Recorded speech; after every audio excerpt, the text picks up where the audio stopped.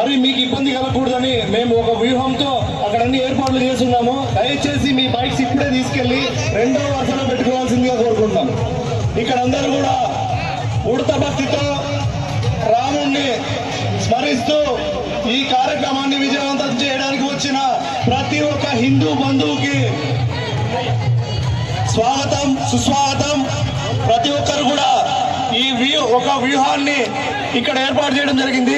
ఆ వ్యూహం ప్రకారం మనం వెళ్తేనే మన కార్యక్రమం విజయవంతం అవుతుంది. కాబట్టి మేము అనౌన్స్ చేసే ప్రతి విషయాన్ని మీరు గ్రహించి పాటిస్తారని కోరుకుంటున్నాం.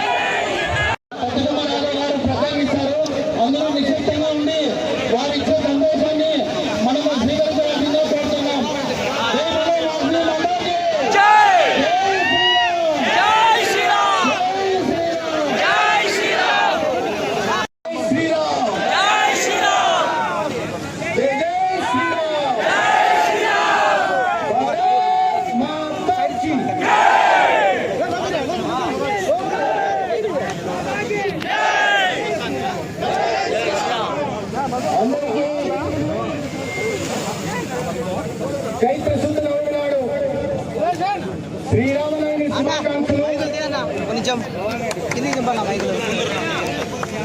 సకల శక్తుల సంపన్నుడు, ధర్మరక్షణ పాలకుడు, పితృవాత్సల్య పాలకుడు, ఏకపత్నివతుడు శ్రీరామచంద్రుడు 24,000 శ్లోకాల కావ్యంలో జీవన మార్గాల ఆవిష్కరణే రామాయణం.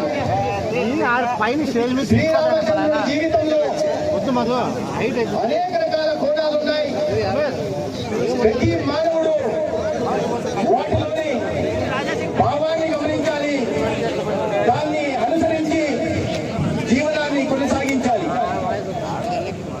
ఒక మంచి కుమారుడుగా ఎవరయ్యా అంటే వచ్చే పేరు శ్రీరామచంద్రుడు.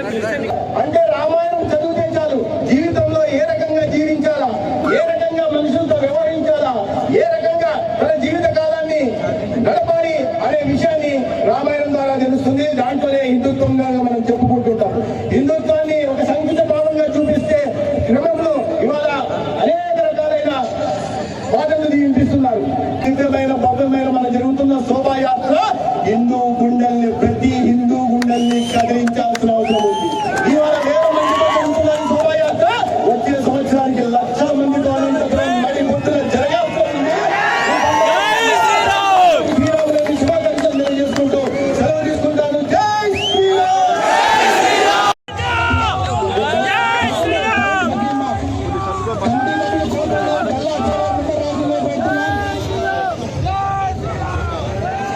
వారికి మంత్రి గారు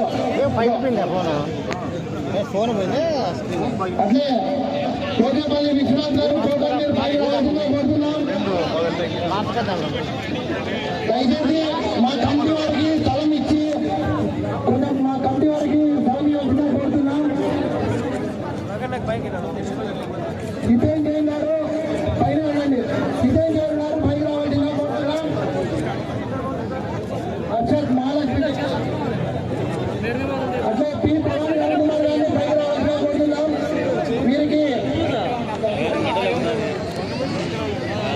వీరికి మెదక్ ఎంపీ గారు పి భవానీ రవికుమార్ గారు పైకి రావాల్సిందిగా కోరుతున్నాం.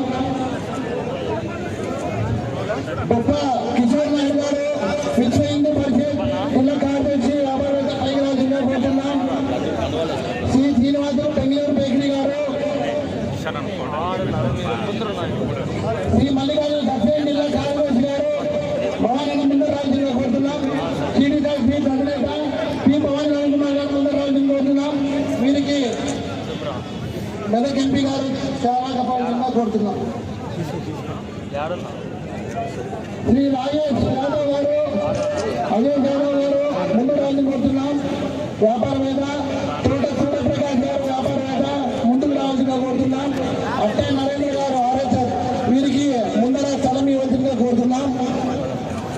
అజయ్ యాదవ్ గారికి యాదవ్ గారితో సన్మానం చేయాల్సిందిగా కోరుతున్నాం. అలా రకమైన కొంచెం ఎన్నికలు ఉన్నాయి. దయచేసి ఇంత సభకు విజయవంతం చేసిన అనంతపూర్ మన హిందూ బంధువులందరికీ మా కరచాలతో హృదయపూర్వక ధన్యవాదాలు తెలుపుతున్నాం. స్వామీజీ గారు మాట్లాడాల్సిందిగా కోరుతున్నాం.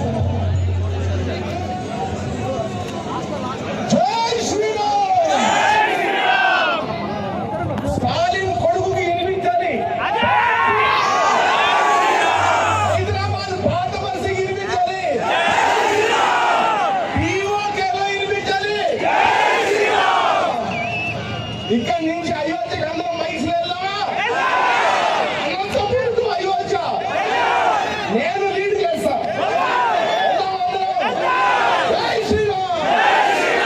Very good. ఆంజనేయ స్వామి సీతమ్మని వెతకడానికి పైకి లేస్తున్నాడంట.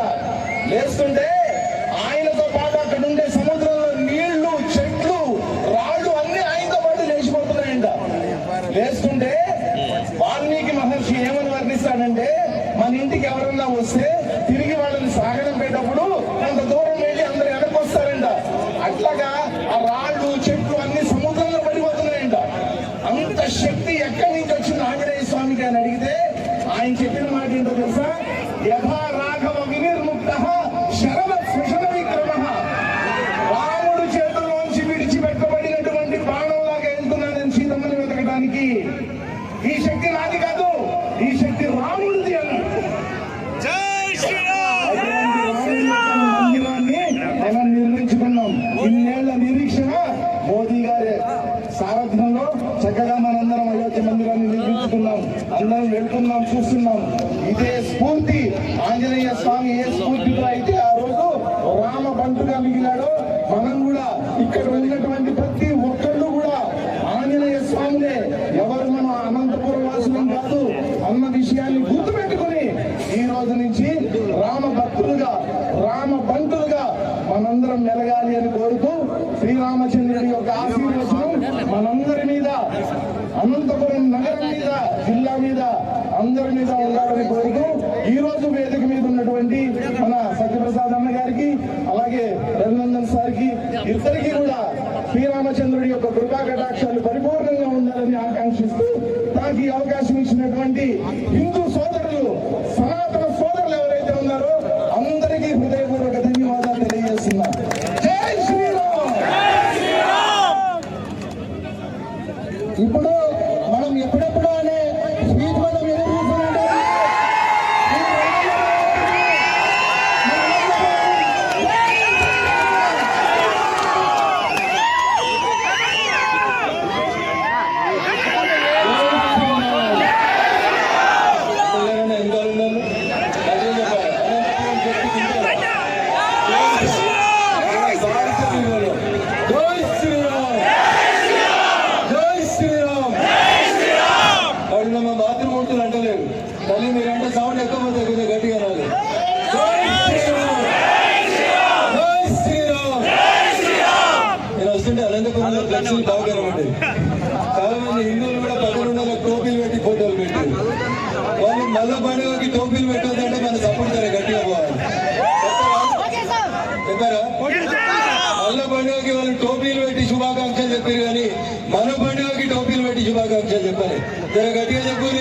మల్లబడ